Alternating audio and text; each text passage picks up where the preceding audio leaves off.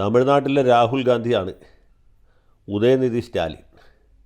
അതായത് മുത്തുവേൽ കരുണാനിധിയുടെ മകൻ്റെ മകനായി ജനിച്ചുകൊണ്ട് മാത്രം തമിഴ്നാട് രാഷ്ട്രീയത്തിൽ പ്രവേശിക്കുകയും നിയമസഭാംഗമാവുകയും അച്ഛൻ സ്റ്റാലിൻ തമിഴ്നാട് മുഖ്യമന്ത്രി ആയതുകൊണ്ട് മാത്രം ഉപമുഖ്യമന്ത്രി ആകുകയും അദ്ദേഹം തെരഞ്ഞെടുപ്പിൽ തോറ്റതുകൊണ്ട് മാത്രം സംസ്ഥാനത്ത് പ്രതിപക്ഷ നേതാവായിട്ടിരിക്കുകയും ചെയ്യുന്ന ഒരു യോഗ്യനാണ് ഈ ഉദയനിധി. അദ്ദേഹം ലയോള കോളേജിലും മറ്റുമൊക്കെയാണ് പഠിച്ചത്. പക്ഷേ ഈ വകതിരിവ് എന്ന് പറഞ്ഞ സാധനം ഈ ചെറുപ്പക്കാരൻ്റെ പരിസരത്ത് കൂടി, അദ്ദേഹത്തിൻ്റെ വീടിരിക്കുന്ന പഞ്ചായത്തിൽ കൂടി പോയിട്ടില്ല എന്നുള്ളത് പുള്ളിയുടെ ഇതപര്യന്തമുള്ള പ്രവർത്തനങ്ങൾ അദ്ദേഹത്തിൻ്റെ വാമൊഴി വഴക്കവും തെളിയിക്കുന്നുണ്ട്. അപ്പോൾ അതിൽ ഏറ്റവും ഒടുവിലത്തെ ഒരു ദൃഷ്ടാന്തമാണ് നമ്മളിപ്പോൾ തമിഴ്നാട്ടിൽ കണ്ടുകൊണ്ടിരിക്കുന്നത്.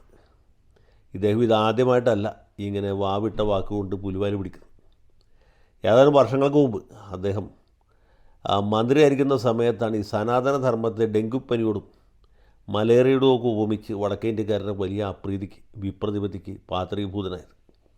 അന്ന് പുള്ളിയെ പിന്തുണക്കാനായിട്ട് നമ്മുടെ നാട്ടിലെ ചില മതേതര നവോത്ഥാന പുരോഗമന ബുദ്ധിജീവികളൊക്കെ ഉണ്ടായിരുന്നു.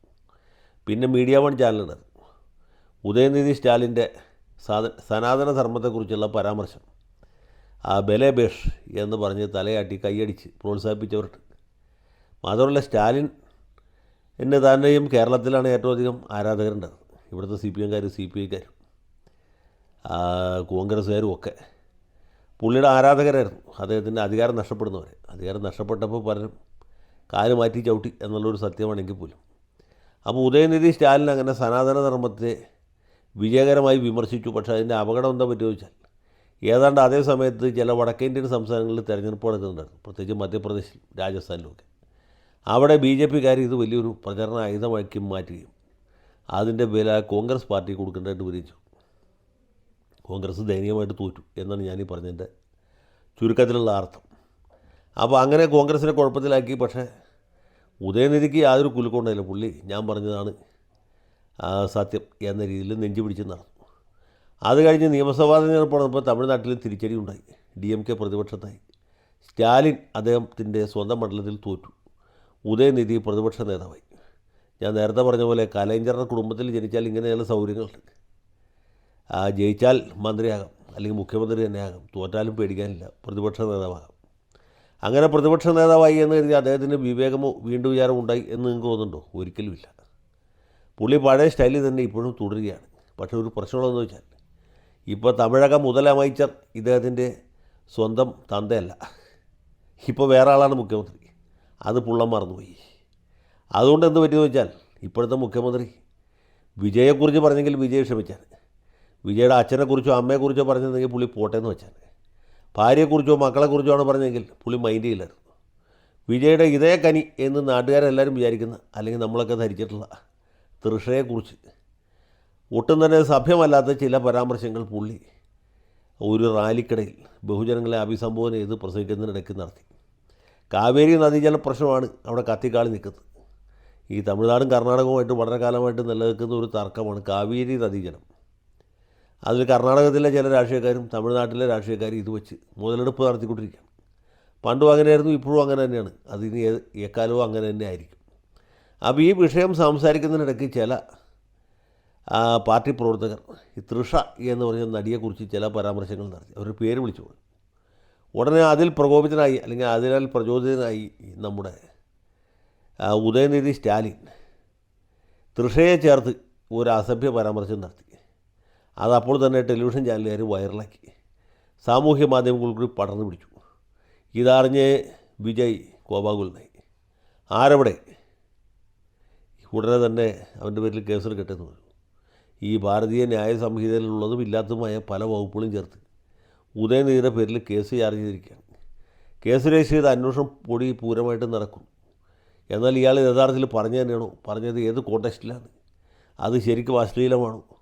അതിനകത്ത് ദ്വയാർത്ഥ പ്രയോഗം ഉണ്ടായോ എന്നൊക്കെ അന്വേഷിക്കുന്നതിന് മുമ്പ് വിജയുടെ വീട്ടിലെത്തിയ അദ്ദേഹത്തെ പോലീസ് തൂക്കിയെടുത്തോണ്ട് പോയി.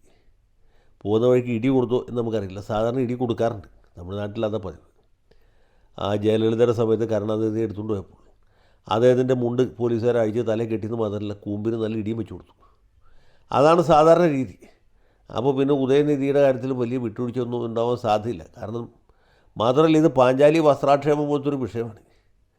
അന്ന് പാഞ്ചാലിയുടെ വസ്ത്രം ദുശാസനം പിടിച്ച് പറിച്ചപ്പോൾ ആ ഭീമൻ, രൗദ്രഭീമൻ എന്നും കൂടി പുള്ളിക്കൊരു വട്ടപ്പേരുണ്ട്, രൗദ്രഭീമൻ പ്രതിജ്ഞ ചെയ്തു, ഇവൻ്റെ ഹൃദയ രക്തം കൊണ്ട് ഞാൻ ഈ ദ്രൗപദിയുടെ അഴിച്ചിട്ട മുടി കെട്ടും എന്ന്. അതുപോലത്തെ ഒരു ഭീഷ്മ പ്രതിജ്ഞയാണ്, അല്ലെങ്കിൽ ഭീമപ്രതിജ്ഞയാണ് ഇപ്പോൾ ആരെടുത്തിട്ടുള്ളത്? നമ്മുടെ ആ ജോസഫ് വിജയ് എന്ന് പറഞ്ഞ തമിഴക മുതലമൈച്ചർ എടുത്തിട്ടുള്ളത്. പക്ഷേ തമിഴന്മാരങ്ങനെ വിട്ടുകൊടുക്കുന്ന ആൾക്കാരല്ല ഇപ്പോൾ തമിഴ്നാട്ടിൽ പല സ്ഥലത്ത് പ്രതിഷേധ പ്രകടനങ്ങളും നടന്നുകൊണ്ടിരിക്കുകയാണ്. ഒരുപാട് പൊതുമുതൽ നശിപ്പിക്കും എന്നുള്ള കാര്യം ഉറപ്പാണ്. ഒരുപാട് പല്ലവൻ, ചേരൻ, ചോളൻ ട്രാൻസ്പോർട്ടുകളുടെ ചില്ല് ആളുകൾ എറിഞ്ഞ് പൊട്ടിക്കും, കടകമ്പോളങ്ങൾക്ക് തീ വയ്ക്കും, പിന്നെ പോലീസ് ലാത്തി വീശും, കണ്ണീർ വാതകം പ്രയോഗിക്കും, വെടിയും പൊട്ടിക്കും. അപ്പോൾ ഇതൊക്കെ സ്വാഭാവികമായിട്ട് സംഭവിക്കുന്ന കാര്യങ്ങളാണ്. പക്ഷേ ഈ ഉദയനിധി സ്റ്റാലിൻ ചെയ്ത് മഹാമര്യാദകളാണ്, പോക്കണം കേടാണ് എന്ന് അഭിപ്രായമുള്ള കുറച്ച് ആളുകളെങ്കിലും തമിഴ്നാട്ടിലുണ്ട്. അതുകൊണ്ട് പുള്ളി വലിയ വിളച്ചിലും വേഷം കെട്ട് എടുക്കാതിരിക്കും എന്നാണ് ഞാൻ വിചാരിക്കുന്നത്. ഇനി എടുത്തു കഴിഞ്ഞാലും പണ്ടാരണ്ട് പറഞ്ഞ പോലെ കൊഞ്ചം തുള്ളിയാൽ മുട്ടോളം, പിന്നെ തുള്ളിയാൽ ചട്ടിയിൽ. അപ്പോൾ കേന്ദ്രത്തിലും ഭരണമില്ല, സംസ്ഥാനത്ത് ഭരണമില്ല എന്ന കാര്യം ഉദയനിധി മകൻ ഇടയ്ക്കൊന്ന് ഓർമ്മിക്കുന്നത് നല്ലതാണ്. ഇത് നമ്മുടെ നാട്ടിൻപുറത്ത് പറയില്ലേ, ക്ഷമ ആട്ടിൻ സൂപ്പിനേക്കാളും ഫലം ചെയ്യും എന്ന്. അത് സ്റ്റാലിൻ്റെ മകൻ ഇടയ്ക്കൊന്ന് ഓർമ്മിക്കുന്നത് നല്ലതാണ്.